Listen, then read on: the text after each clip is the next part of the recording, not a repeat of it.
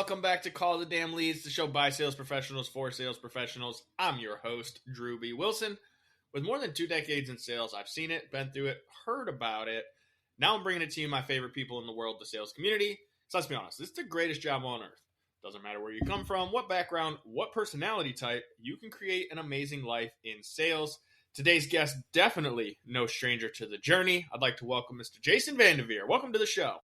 Yeah, thanks for having me. Absolutely, man. I'm excited. I was reading your profile before we started this episode, so I'm really excited to jump in, man. I want to hear your crazy sales story. Yeah. So this was back when I was selling cars. So what I used to do. So I'm on a test drive. Driving the car is this lady. She's buying a car for her deaf mom. All right. So her deaf mom is in the back seat and we're stopped at a stoplight. And this is a sedan. And all of a sudden, it sounds like gunshots are going off. Pow, pow, pow, pow, pow. And she's like this larger African-American lady. She looks at me like real serious, like, what the hell are you trying to pull on me? She's getting all intense. We're like sitting at their stoplight. The deaf mom is in the back just staring at us like super confused. And I'm like, yo, like I'm just sitting here, whatever. So we keep driving to the dealership. We walk around the car like, what the heck was going on? All this popping. Somehow I sold the car. It was like, I don't know what that was, but we're going to sell the car. So when they're cleaning it up for the delivery, apparently we were doing this balloon sale where we had all these balloons out on the lot. And one of the lot porters, instead of getting rid of the balloons, just was lazy and stuffed them in the trunk of this car. And it was a super hot day. And coincidentally, they started all popping when we were on our test drive. And it no joke, sounded like gunshots. But like this lady went from great rapport to like, what are you trying to do to me? And I was like, I don't know. Wild sales experience for me. That is, man, and I've chatted with a lot of guys from the auto industry, and like some of the stories that I've heard about test drives, like they could have their own podcast in and of themselves. Like that, there's some goofy things that happen. If you're in the auto industry right now, you should have a podcast that talks about all the crazy shit that happens on test drives. Like people would absolutely love it, especially in your industry. Now, that said, Jason, I know you've grown past being in the auto industry, right? So what I understand is it was like a family business or something you were involved in? Yeah. And grown past, like, I don't think there's anything wrong with the sales business. Not like now I trump whatever they were doing. Just wasn't for me. But so my dad is a car dealer. So if you ever come to our city, you'll see my last name, VanDevere, all over. VanDevere Kia, VanDevere Cadillac. He's got 5 dealerships. So I was in line to become the 4th generation to own and manage these portfolio of dealerships. And it was just what everyone assumed I would do for my whole life. Loved it. I would say I really learned a lot. I did enjoy selling cars and the atmosphere of it, but specifically the auto industry wasn't a passion of mine. So I left and everyone told me it was crazy to turn down this opportunity to become a car dealer, but I wanted to find something I liked.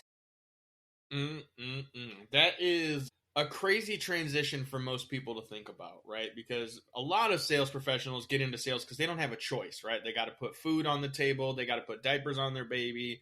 Here, you came from a different perspective of like, it was in your blood. Like this was just like kind of the path for you. And then you have this idea that you want to go chase something else.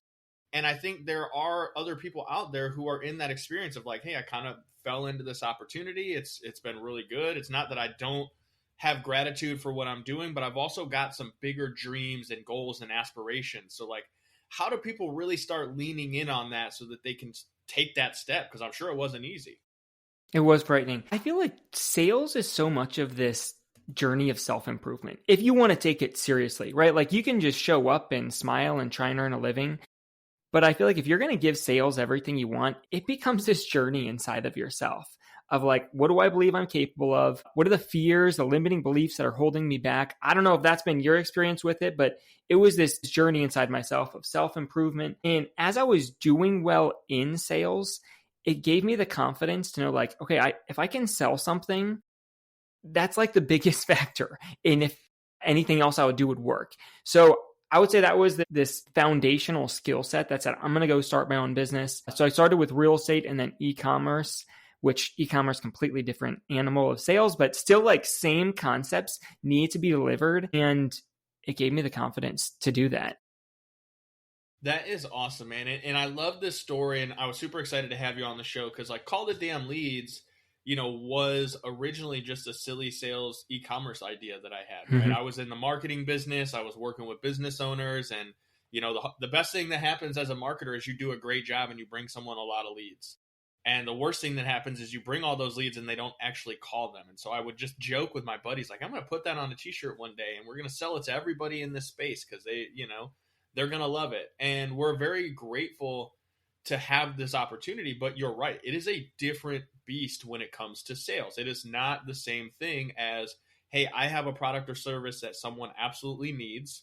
They don't have a choice on like buying it. They're going to buy it. It's just a matter of who they're going to buy it from and what they're going to do with it. And what I would be curious for you, because like as someone's taking that step into like building their brand, starting their business, if I understand correctly, you've kind of got a framework that's allowed you to step into these different industries and avenues and be somewhat successful in them. Is that correct? Yeah. Yeah. And I'd love to break that framework down real quick. I want to add in, because I feel like you touched on something, just this concept of calling the leads, right? Like when I was in the sales, it was very direct. You had your list. Here are the people to call.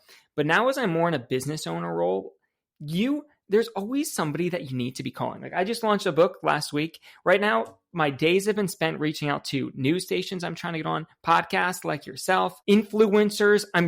It's a grind.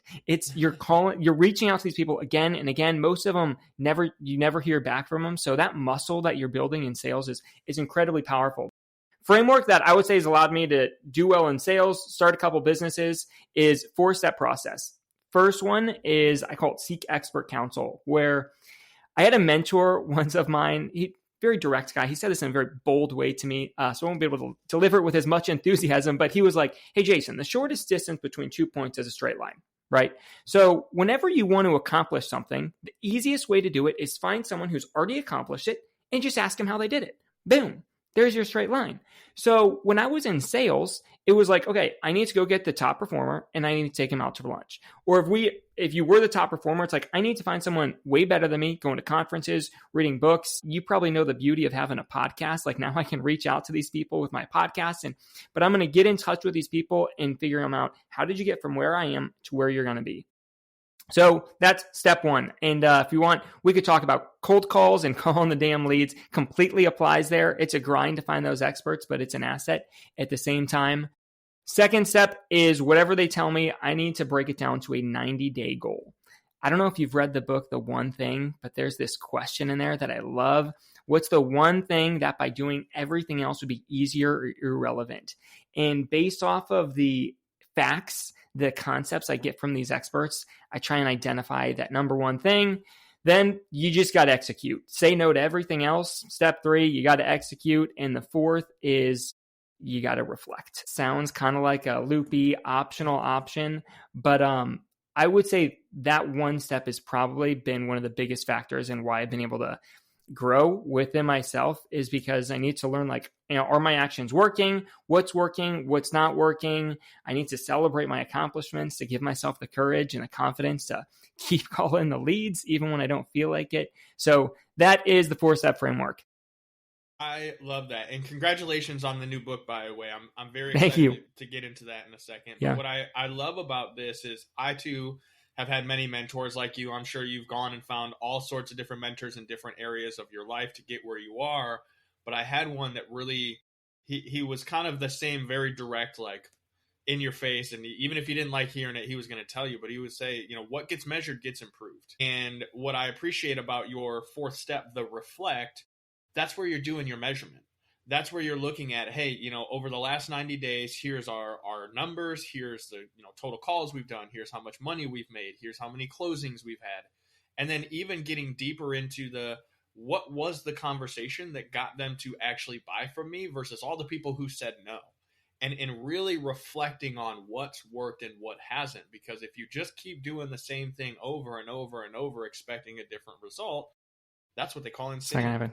Yeah. Right? It just doesn't work that way. So what I love about this is for anyone who's trying to take that step and kind of move into like, okay, I'm ready to look for someone to learn from. I'm going to seek out the counsel.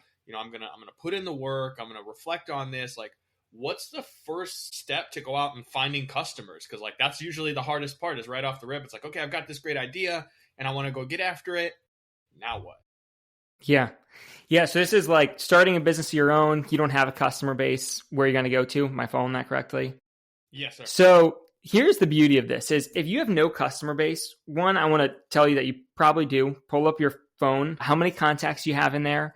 There's probably hundreds, thousands, and I would start reaching out to them. If you're launching a business, everybody should know, hey, here's this problem I can help people solve. Do you have it, or who do you know who does? But you should reach out to everybody. You're going to have a million different thoughts and fears going through your head that tell you no, but that's your warm market. I think like business owners think once I'm successful, then I'll go tell all my friends and family. And it's not going to work. You got to beg these people for help. And I think that's like good getting off the ground point, but that's not scalable, right? You can't rely on them forever. The next thing I would go to is who has already built your base of customers for you. When I was launching, let's say my planner business, it's like, okay, I didn't have any customers. Some of the people in my phone contacts, I let them all know I was launching a planner. But then there were these influencers who had already built my target. They'd already gathered all my target customers and put them in one spot, a YouTube channel, a podcast, an email list, some paid mastermind group. And I would reach out to them, and for me, like I was mailing them free planners. I was offering to do free workshops, but it's who has my audience already and what can I provide so I can tap into it for free? Maybe let's start there. Do you have any thoughts on that stuff? Or I'm going to keep going. I think, the different companies, they'll call it like your sphere of influence or your circle of influence, right? Those are the people that you can reach out and touch. That's like your first round of connections. And you're absolutely right. There's such a mindset shift around the willingness to reach out to them, because I think a lot of people get to that point and they're like, well, I don't want to be spammy or obnoxious or salesy or whatever. And you can definitely come off that way if you go about it the wrong avenue. However, I think a lot of people don't give themselves enough credit for what they've done for other people in their lives and the willingness of others to be able to offer at least some sort of help, right? Maybe it's a referral. Maybe they actually do need the thing that you're selling and they're like, well, sure, I'll give it a shot, man. Then you get to a point where it's like, okay, now who do I talk to? And you're going to find that there's probably people in your direct circle right now that are like, yeah, man, I would love to help you with that. Let me give you some advice. Let me share some insight or wisdom from my current, past experiences. And so it's kind of, you start getting that early mentorship from people who have been down the path. But like, what do you do when you really realize like, hey man, I want to connect with that influencer or that business owner who really has the audience that I'm looking for. And I want them to help promote me, but I don't want to do, I don't have a bunch of money to pay them, and I don't want to be like an obnoxious pest and just bother them all the time. Like, what are some of the ways that they can build those relationships, get some of that advice from the people that want help, but without having to spend a massive amount of money? Yeah. So most of the time I'm cold emailing these people. Lots of other people try and build a relationship on social media for a lot longer. Can't say I've had success with that. Normally, it's like, here's what I can offer, and you can take it or leave it. But I would say I've been focusing on the quantity. I need to reach out to dozens, hundreds of people and deliver. I'm going to be doing stuff for free workshops, free planners, free PDFs. I'm going to try and find a way to serve your community, and that's how I'm giving to them. So it's who's going to let me serve their community. And once you can do it once or twice, things do get easier, where now I can leverage, like if I was on somebody else's podcast, I can leverage that to get on another. Or if you had me to come do a workshop of yours and we just crushed it, chances are you might know somebody that also would like me to come deliver a workshop, and I'll ask. Or I might look through your previous history and be like, oh, here's the 6 other people that have done workshops with him. I'm going to reach out to him and let him know, hey, I saw you did a workshop together with Drewbie. I just did one with him. We should connect and we can do one together too. So it's like each one of those connections, how can I turn it into more opportunities? So again, maybe the like trying to build a relationship through social media will work. I had tried that for a long time when I first launched mine. I'm trying to even think if I really got one of those people to do it. Or maybe another angle would be to first ask for advice and then go ask them to help you somehow. Like if you're just asking for advice, there were some people that, let's say with my e-commerce business, if somebody had an e-commerce store I really appreciated, I would email them and ask them like a very specific question that I wanted to know that they could tell me yes or no, and just start the conversation, or not yes or no, but they could give me a quick response to it. And then at least I would start the conversation, and then maybe I could offer, hey, thank you so much. If you would want, I would love to offer this to you completely free. But at least there's a somewhat warm thing, and you're doing two things at once. I'm getting a mentor, and I'm potentially going to find a partner. Yeah, I love that. I think there's definitely a nuance to it with social media. It's not like an overnight thing. And even with cold email and direct outreach, like you still are building the relationship. But I love what you said about providing value to their community, because a lot of the times what I've personally experienced and, am going through in my own community, and you probably have similar things, is like, we're only one person and we can only help so many people. And when you get with someone who has this big, massive, hairy goal of like helping as many people as they can with the specific problem that they help solve, oftentimes they're looking for that raving fan. That person that's just like, dude, I love what you do. I think it's amazing. I'd love to help more people with it. Let me share some value. Let me learn everything that you have going on so that I can pour back into your community with it. And I know for myself, like going in with that mindset of like, hey, I'm just going to engage with this community. I'm going to send the occasional direct message that's not like overly aggressive, but just letting them know, hey, man, I appreciate what you have going on. Thank you so much for sharing all the content. It's really helping me in my journey and what I'm building. And even like you said, maybe peppering in that one little specific question that lets them know that you've actually done some of the research and the work yourself, and you're getting to another layer or level of that real growth. Because there's, a lot of times people are asking the same dumb question over and over and over. And it's just like, man, like you could have got this from my podcast or my book or any of these other places, but you're in my DMs asking me this question, versus someone that's actually taken the time to do, read through the book or listen to the show. And then they come back and they're like, well, hey man, I heard you mention XYZ. I want to go another level deeper on that. And that's when you'll get people that are like, oh yeah, let me tell you more about it. Cause they get excited. That's where they get fulfillment. And it doesn't always come at a monetary expense. I think that's kind of the big piece of this, right? Is if you do it right, people will love to share with you, and they'll pour back into you knowing that you're someone who's going to take it seriously. And what I know is that it can be uncomfortable for people to take that step. It can be hard to, kind of put your ego down and humble yourself to be like, hey man, I don't know what I don't know, but I'm willing to learn. And so how do the younger entrepreneurs and even new sales professionals that get a little bit nervous to get uncomfortable, like what are some of the things they can do to really take that step? Yeah, I would start specifically for influencer reach out, start really small. Like one of the first people I did a workshop for, there might have been like 3 older women who logged on as the people on the other end of the audience. I don't mean anything against older women, but like that wasn't, I thought like, oh, workshop, like they're going to fill it up with all these young entrepreneurs, but it's okay. Like I delivered it. And I would say 2 things. I learned so much by delivering to somebody else's audience. What were they looking for in me? How can I help follow up? You develop a relationship with somebody, but then it's a social proof. So I would start small, like go to the YouTubers who have 1,000 followers. When I was launching my planner business, I was looking for people who had under 10,000 followers on YouTube. More than, a couple hundred, something where they did have an audience. But once you start getting over that threshold, people typically wanted money, or they wanted to see I had some sort of audience to share. Now, if I've got email list of 10,000 people, it's like, if this guy has an email list of 10,000 people, we can swap. And it's like, we both help each other out. But if they've got an email list of 10,000 and you have 0, you're going to have to bring something else to the table. So I would start smaller, or be prepared to pull money out of your pocket. Yeah, and I love that too, because it's better to start small and make those little mistakes and learn and tweak as you go, versus going big right in and being like, hey, I'm going to talk to this audience of 5,000-10,000 people right off the rip, and then fumbling through your presentation, or not actually having things in an order that's logical for the viewership. Because if you don't do things in the right order, especially when you're doing like a one-to-many in that scenario, people kind of tune out, right? They're like, I was kind of interested in this, but it's not really flowing, so I'm out of here. I'm staring at my phone or doing 96 other things that exist.